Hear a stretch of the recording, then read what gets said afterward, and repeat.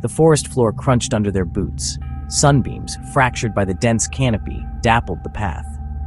4 friends, out for a day hike, ventured deeper into the woods than intended. Laughter echoed, then died as they stumbled into a clearing, hushed and cold. Twisted trees, gnarled with age, clawed at the sky. A circle of ancient stones draped in moss dominated the clearing. An oppressive silence hung heavy in the air. "What is this place?" Mark whispered, voice tight with unease. He shivered, despite the summer heat. The air felt thick, heavy, like a shroud. The others, Sarah, John, and Emily, exchanged nervous glances. None could shake the feeling that they were trespassing on sacred ground. An unsettling stillness permeated the clearing, broken only by the rustling of leaves. John, ever the pragmatist, shrugged off the unsettling atmosphere. "Probably just an old campsite," he said, forcing a laugh. "Let's take some pictures and get going." He reached for his backpack, but a sudden gust of wind, icy and sharp, ripped through the clearing. The trees groaned in protest. The hikers watched in stunned silence as leaves swirled around their feet, a miniature cyclone in the otherwise still air. As quickly as it began, the wind died, the leaves settled. An unsettling silence descended once more.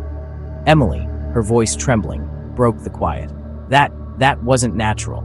A chill ran down her spine, raising goosebumps on her arms.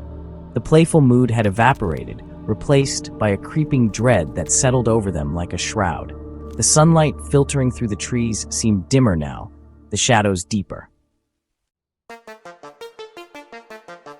They pressed on, deeper into the woods, desperate to escape the unnerving clearing. A low hum vibrated in the air around them, barely audible at first, but growing steadily louder. It seemed to emanate from the very trees themselves, a deep, resonant sound that set their teeth on edge. John strained to identify the noise, but it defied explanation. It was like nothing he had ever heard before, ancient and profoundly unsettling. The air grew colder. A thick fog rolled in, swift and silent, blanketing the forest floor. Visibility dropped to mere feet. The hikers huddled closer, their earlier confidence replaced by raw fear. Whispers seemed to slither through the trees, carried on the wind. They spoke in a language none of them understood, guttural and harsh, raising goosebumps on their skin. "Did you hear that?" Sarah whispered, her eyes wide with terror. "What was that?" The others, their faces pale, could only shake their heads. The whispers seemed to be everywhere and nowhere at once, swirling around them with the fog. Mark swore he saw figures moving in the periphery of his vision, tall and shadowy, but when he turned to face them, they vanished. John, his composure finally broken, stumbled over a root, falling hard. Panic surged through him as he scrambled to his feet, his heart pounding against his ribs.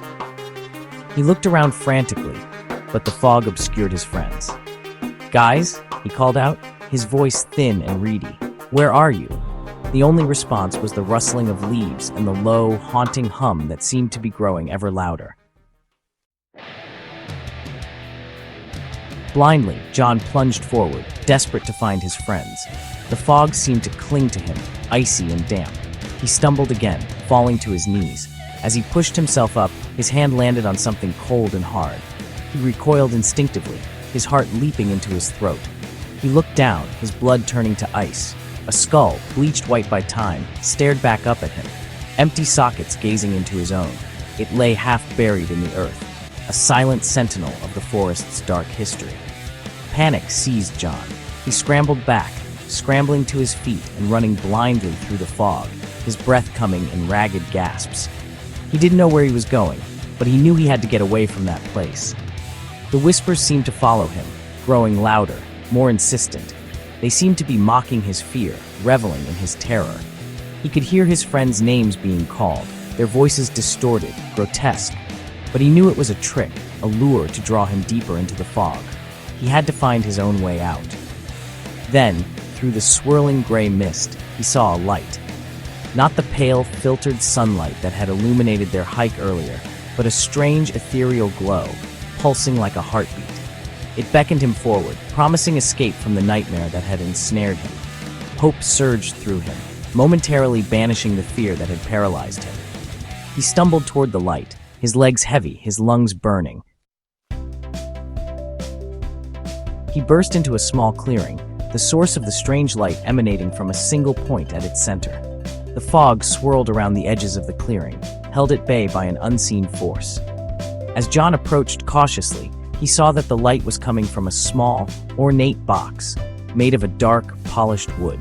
It rested on a flat stone, as if placed there with purpose. He reached out a trembling hand, drawn to the box by an irresistible force.